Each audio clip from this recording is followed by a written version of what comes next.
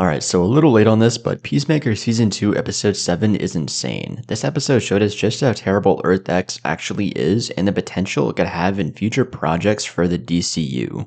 Now, we start off with a conversation between both vigilantes talking about the differences between their worlds, but more so the fact about how terrible Earth X actually is, since the Nazis won World War II there, and that anyone who's happy and content with their lives is living off of the expense of others. Primarily the people of color being held in camps, but Vigilante remembers that Adebayo is black and the two go out to rescue her. And speaking of Adebayo, she's still being chased by the angry mob of white people. But Augie calls Keith back since he captured Economos and learned about everything since Bro snitched when he got stabbed through his hand. And I mean, you can't even blame him, it's Econogoat at his best. But after Keith dips out, Adebayo ends up being saved by Judo Master, who somehow survived, and he electrocutes all the white people in a pool. Meanwhile, Chris and Harcourt escape from Argus after they realize they're in Earth X. Back with Keith, he gets home and learns everything from Augie, with the main thing being that his version of his brother is actually dead, and all the while Economos tries to deny it.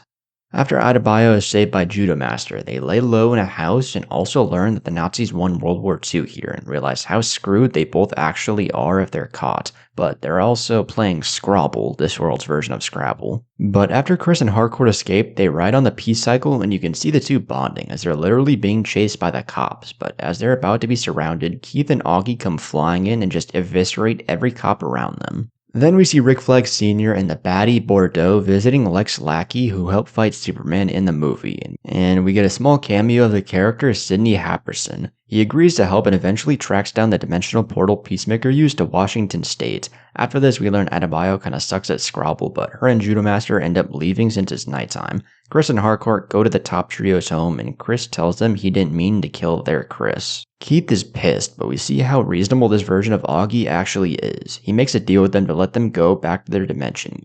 And we can see more of Augie and how he's not actually a Nazi and is more so a hero in this world. But then Vigilante breaks in through the window and brutally stabs Augie in the neck, killing him as he dies in Keith's arm. Fucking crazy. The cops bust in also, and everyone makes a break for the portal, but Keith jumps in to fight them but gets jumped by everyone and they're about to kill him. But in some of the best acting John Cena has done, he yells and begs for them to let him go. And as he holds his brother, he says that he's the problem and everyone ends up escaping through the portal and back to the main dimension, but Harcourt is the last one and she tries to kill Keith, but the cops stop her before she can and she's forced to retreat back.